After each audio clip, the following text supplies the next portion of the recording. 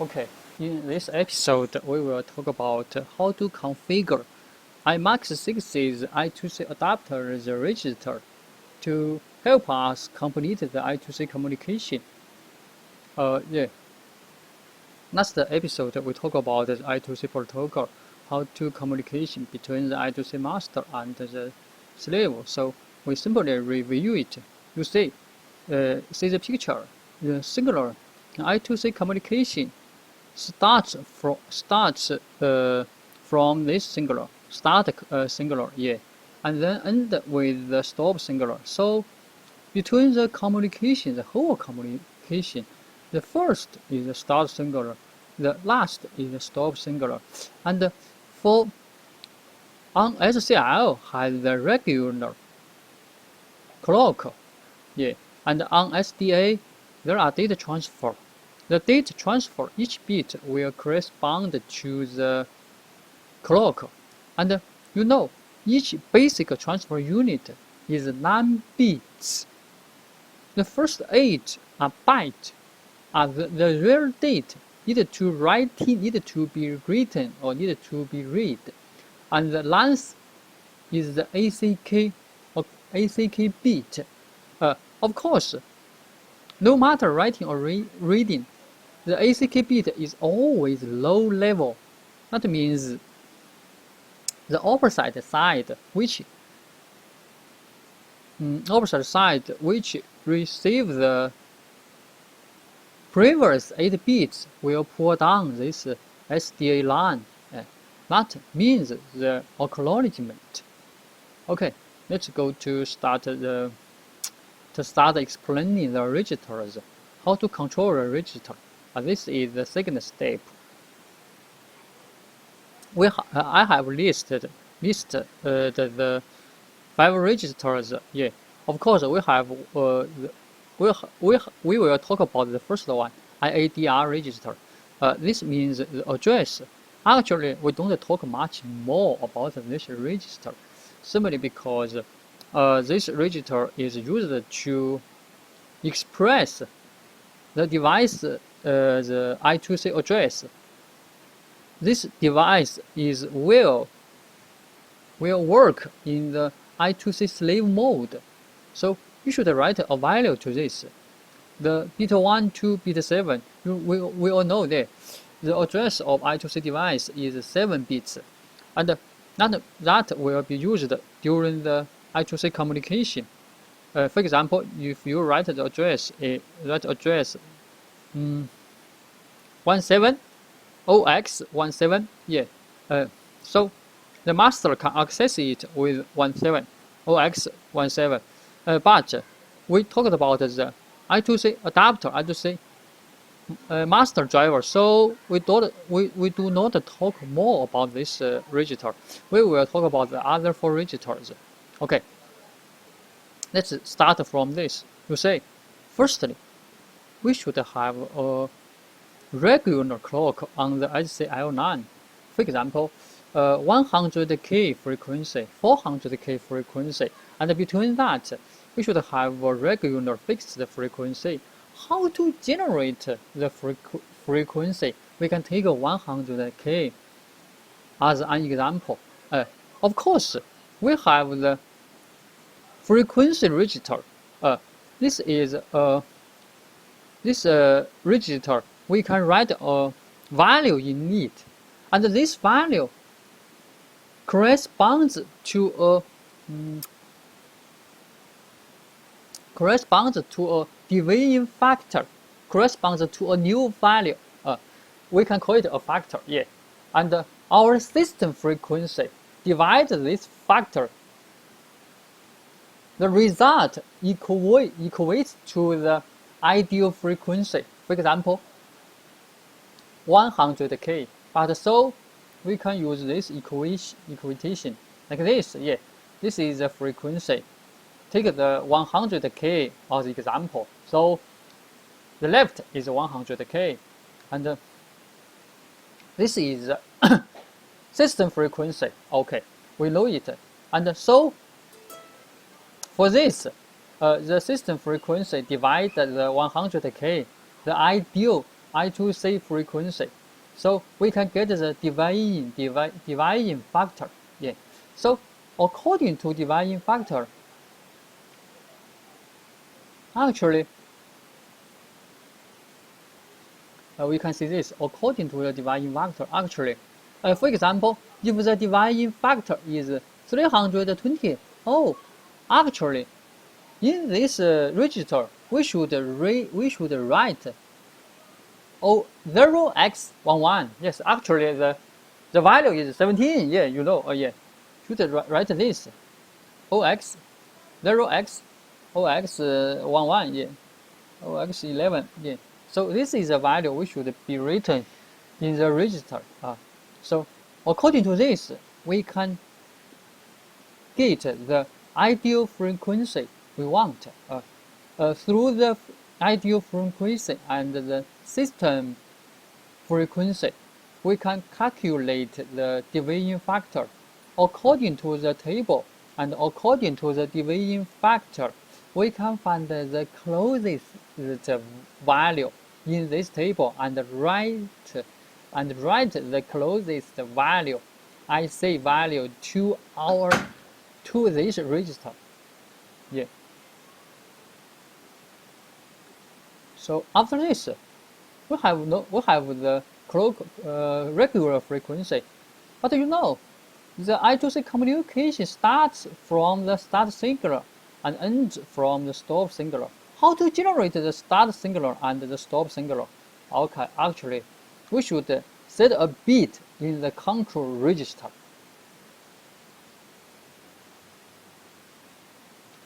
What's the control register? Let's say, you say, yeah, the control register, in control register, we have a bit named MSTA. If we set the bit, actually the value is from 0 to 1. It will generate the start singular. But if you clear it from 1 to 0, it will generate a stop singular. Yeah. So we know that, we set a value to frequency register can generate the expected frequency on SOL. Before the communication starting, we can set the MSTA bit in control register set, and it can help us generate the start singular. And after the communication is completed, we can clear the bit again. Clear this bit MSTA in control register. It can help us generate the stop singular like this. Yeah. So the starting we have, the ending we also have, and the frequency we also have. And for the next, how to write 1 byte? How to send out 1 byte? Of course, it's easy. You say there is a data register. We can write the value in the data register. You say the first 7 bits are address, and then the command bit together are 8 bits are actually the first byte. This byte should be written to the data register, and then the I2C adapter under some conditions it can help us send out this value. And after send out this value, you say we should check whether or not the opposite side, which is the I2C slave, send out the ACK acknowledgement bit. Actually, line, you see the line. The line is the acknowledgement bit. How to check? We can check the status register. Yeah. Let's say, where do we check?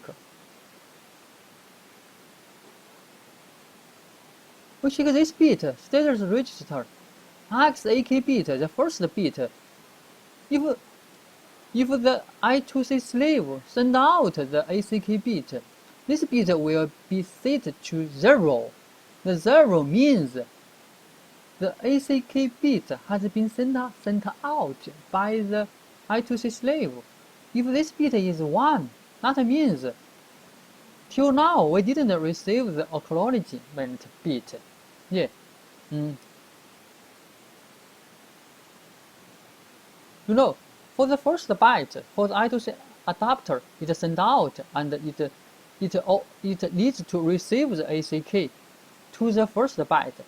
But if you read every time, you know, when we read one byte, for example, like this, the second byte, after we receive the second byte, the I2C adapter we will send out the line, use the line bit, the ACK to the opposite side. How to automatically send it out? We should set one bit in a control register.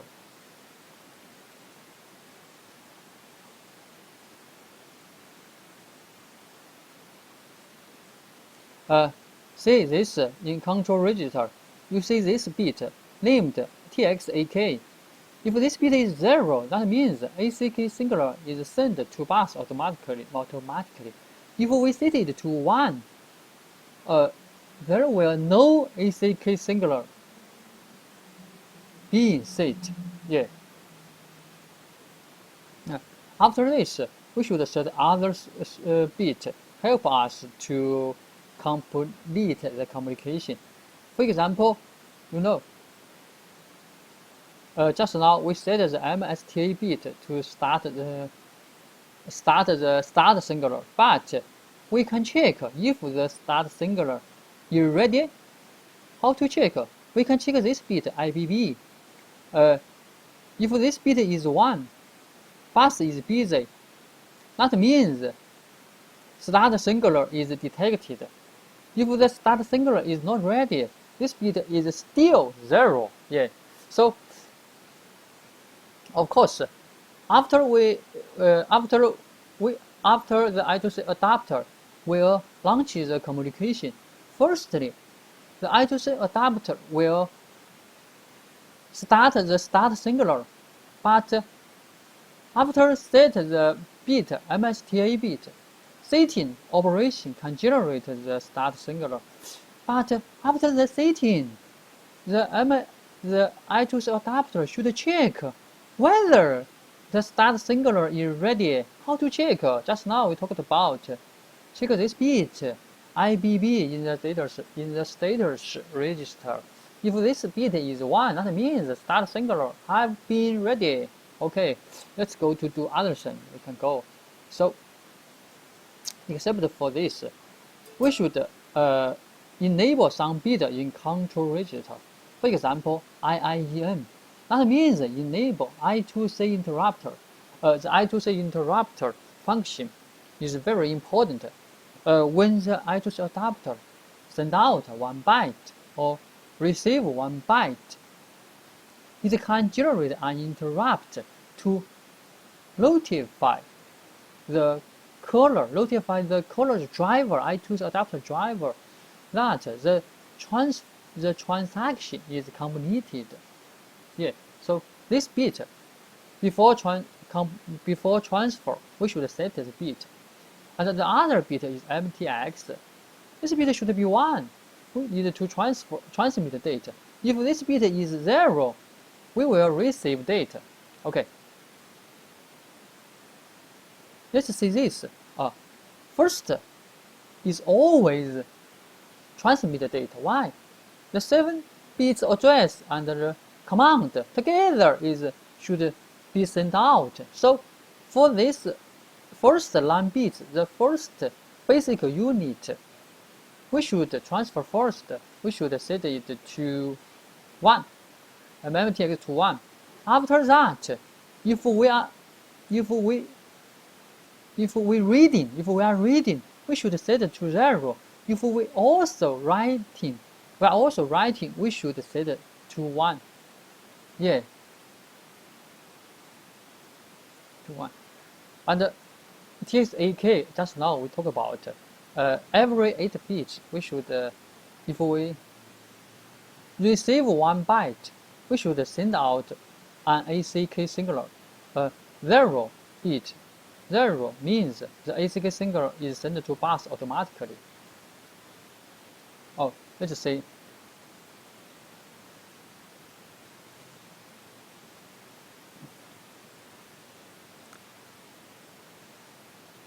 let's say this, a real write. Yeah.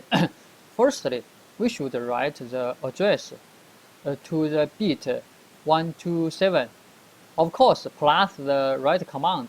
Write command is 0 bit. So the 8 bits together become a new value. This new value should be written to the data register. Yeah.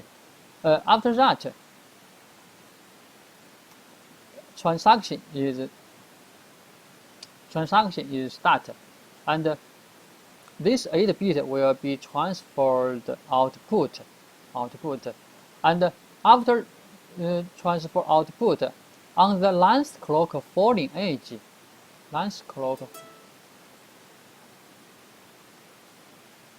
on the last clock's falling edge, and this location, the interrupt will be generated.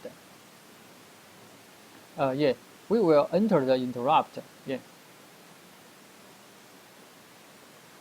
That means the transaction is completed. Yeah, and then we goes back. We leave the interrupt. We can check this bit IMX.6. If this bit is 0, means we have received on the last clock. We receive the acknowledgement bit from the opposite. Okay, that means this transfer unit, basic transfer unit, has been completed. Then we should write the real date. Also, the first date is written to I2DR data register. This is the first real date, and then the same to the previous explanation, and the last clock's falling edge. The interrupt is generated, and we enter the interrupt. Oh, we can check. Oh, good, great. The transaction is completed. We clear some bit and goes back, and check whether we received the ACK. If we received, okay, it's great. Go to continue. Send the other date. Go to continue. Of course, every time when we enter the interrupt, we will check this bit IIF. When this bit is 1, that means an interrupt is pending. Yeah, is pending.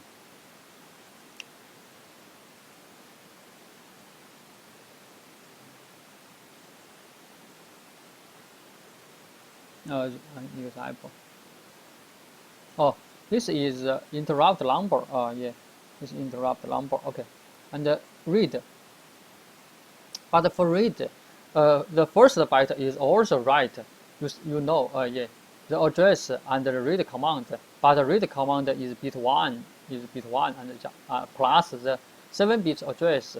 Together becomes a new byte that is written to I2DR data register. After that, the first is written to the SPI slave. On the last clock's falling edge, an interrupt is generated. We enter the interrupt, and we know the transaction is completed. After leave it, we check the XAK. Oh, we can know, yeah.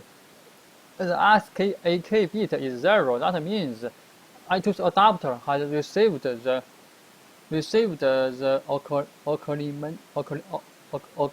ACK bit. So before the real reading, we should clear I2DR. We read the I2DR. That will help us clear the I2DR data register. It will become 0, and then we set MTX to 0. That means receive date. TXAK to 0. That means an ACK can be automatically sent to bus after we receive 1 byte. You know, every time when we receive 1 byte, the master receives 1 byte, the master will send out an ACK bit to the slave. Yeah, so waiting for the data receiving. All of a sudden, the I2C adapter enter the interrupt. Oh, find that check the status register, and there is data in the data register, and read the data from the data register. After the reading, the data register's value will be cleared to 0. So then goes back to do it again. After we read out the actually when owing to we set the bit XAK to 0, set the value to 0. That means when the I2C adapter receives the real data, it will automatically send out the acknowledgement bit. If it is the last byte, if you say the check when we read the data from the data register, we check if all the byte has been read. Okay, we will clear MSTA bit. This bit from 1 to 0, it will generate the stop singular. That means the transaction is completed. But if you check, if we only have 1 byte left, so that means there is only 1 byte we don't read. So we will set the TXAK. TXAK will check TXAK to 1. That means for the last byte when we received, we don't need to send an ACK to the bus. We only need to clear MSTA to generate the stop singular. So for this, how to control the register to complete the transaction is over. So you should go to, but if you want to understand more deeply, you can go to find the IMX.6 datasheet to read it. It's very clear. Okay. In the next episode, we will talk about in the Linux code how to realize the I2C adapter's driver, the host driver.